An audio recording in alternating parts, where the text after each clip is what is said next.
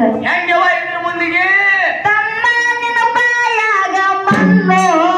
ನನ್ನ ಮಗಳ ಮ್ಯಾಲ ಯಾಕೆ ಕಣ್ಣು ಬಾಯಾಗ ಮಣ್ಣು ನನ್ನ ಮಗಳ ಮ್ಯಾಲ ಯಾಕೆ ಯವ ನಾವೆಲ್ಲ ಕಣ್ಣು ಹಾಕಂಗಿಲ್ಕರೆ ಬ್ಯಾಡ ಬಂದ್ರು ಯವ ಅಲ್ಲೇ ಜಗತಾವ ಕಣ್ಣವು ಅಕ್ಕನ ಮಕ್ಕಳ ಮೇಲೆ ಜಗತ್ತಾವ ಹಿಂಗ್ ಜಗತಾವ